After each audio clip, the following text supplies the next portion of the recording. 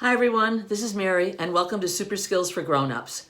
In our next session with the kids, we will be talking about the letter N, how to form it, what it sounds like, and our word of the week is going to be noisemaker. We're going to make our own noisemakers and read a book by Rosemary Wells called Noisy Nora, about a little mouse who feels she needs to make a lot of noise. Okay, so before we start talking about how we're going to make our noisemakers, I'm going to say a little bit about Rosemary Wells. She is a beloved author who's written well over 100 books, ranging from board books to chapter books, and is probably best known, though, for her picture books and readers. Her picture books, she has several series that are very, well known, and even though they were written a while ago, a lot of them are still checked out a lot and still purchased a lot. So one of them, probably the best known, is the Max and Ruby books. Max is a little 3-year-old bunny, tends to get into trouble, and Ruby is his 7-year-old sister who is kind of bossy and kind of one of those big sister know-it-alls. So there's a reader series about them, also a picture book series that focuses on them. And an interesting thing about Rosemary Wells is that even though her picture books, almost always, not always, have these cute little cuddly animals for main characters, she tends to tackle themes that are a little more complex and complicated sometimes. So Noisy Nora, for instance, is kind of about sibling rivalry. Nora's a middle child. There's another series about Yoko, who's a very cute little cat. And the first one in that series, which is just called Yoko, is about how Yoko brings some sushi for her lunch, lovingly prepared by her mother, and the other students turn up their noses and make fun of her, and it's very foreign to them and they think it's odd, and she feels bad about it. Her teacher comes up with a solution, which is to have an international lunch where everyone needs to bring something that was originated in another country, and that turns out not quite as we might expect, but it turns out well for Yoko. So that's a good read, and it tackles a big issue, racism, in a way that's very accessible to kids. Similar theme with and there's a series on Yoko, as I said. Stella's Starliner is another book, not a series in this case, that takes on a theme of class. And this is a cute little fox named Stella who lives in a silver trailer. It's always seemed very beautiful to her, until some weasels come along and say, well, that's just a hunk of junk. It's an old trailer. It's like a tin can. And suddenly she thinks very differently about herself and her family, and is worried.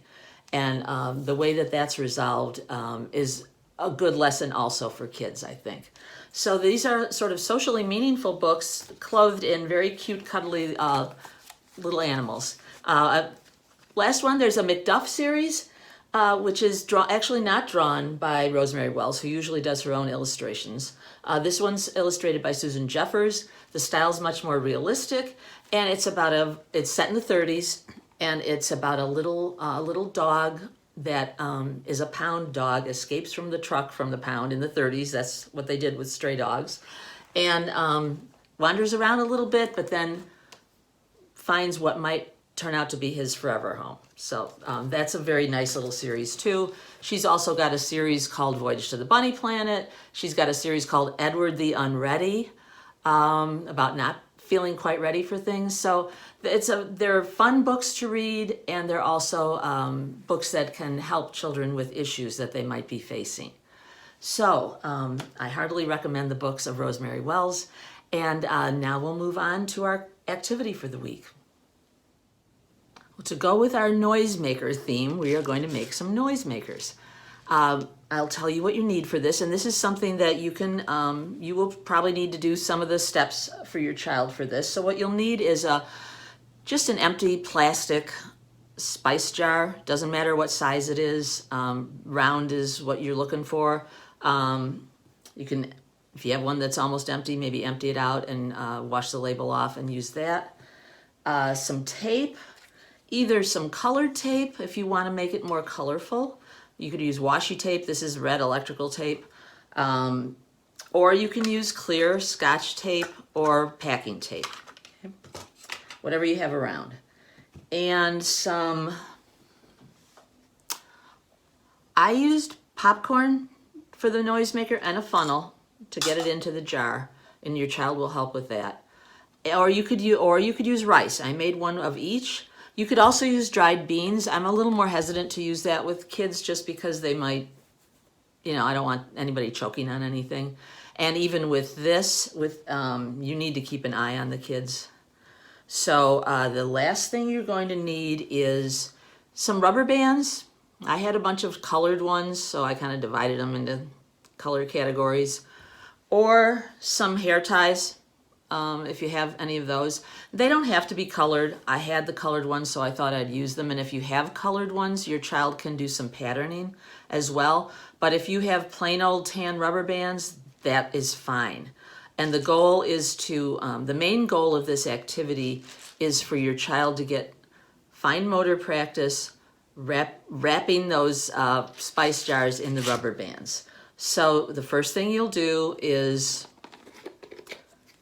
put some, with your child's help, you can, your child can either hold the funnel, or probably you will hold the funnel and your child can pour, and just pour. You don't need a lot, because the more room it has to rattle around in, the noisier it'll be. So really, not a lot. A little bit of popcorn or some rice. Put the top on, and then you're not going to want this top to come off, so you're going to want to seal it. Also, this particular spice jar, the top flips up, so I want to cover that as well.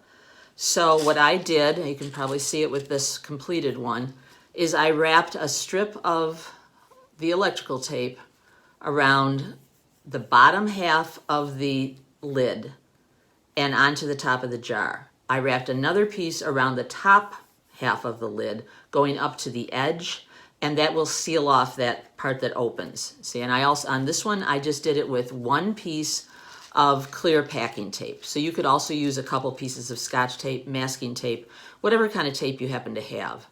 And so once that's done, once you've got your bottle sealed up, it's going to be your child's job to use either rubber bands or the hair ties, if that's what you've got, and to go up from the bottom and stretch them around. So the ideal size of rubber band is, or bottle, if you're matching them up, is you want them to have to stretch the rubber band a little bit, not so much that it's going to snap back on them, but enough so that it'll actually cling to the bottle, and also give them a little bit of exercise, because what this is doing is it's working with their fine motor skills. It's also giving them some strengthening exercise in their hands. They're going to be working on hand-eye coordination, bilateral coordination, because they definitely are going to need both hands to do this, and visual planning. So it gives them a lot of good skills, and like I said, strengthening, because pulling that rubber band is going to give those hand muscles a workout. Okay, and then they can just roll this up.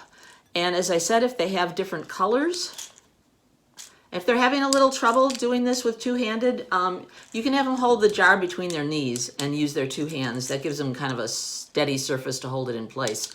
And then they can just roll this down. And as I said, if you've got colors, they can make a pattern. If you don't, they can just put the rubber bands on. If they don't want to put I left some spaces on this one between the different little groupings of hair elastics. On this one with the rubber bands, I just did the whole thing.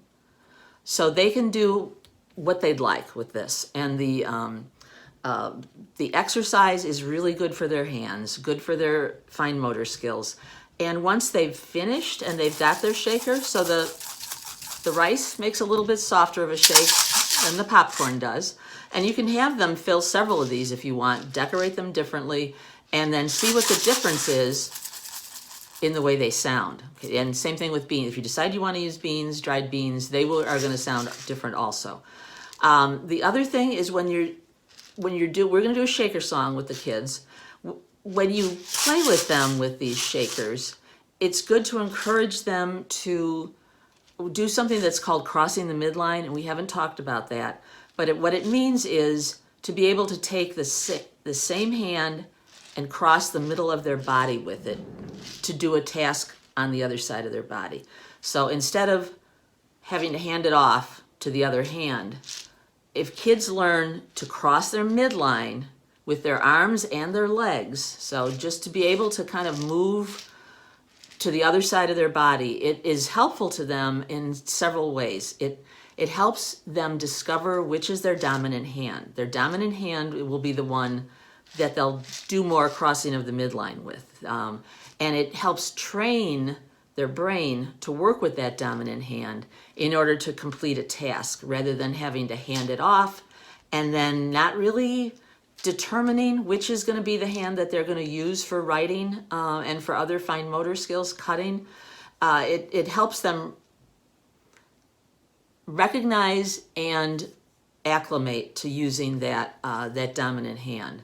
The other thing that crossing the midline does, and that will help them when they're in school and it's time to write, if they know their dominant hand and that dominant hand has been trained a little bit to do what it needs to do, working with the eyes instead of handing off 50% of its tasks to the other hand, they will become more adept at handwriting and print, making their letters more easily.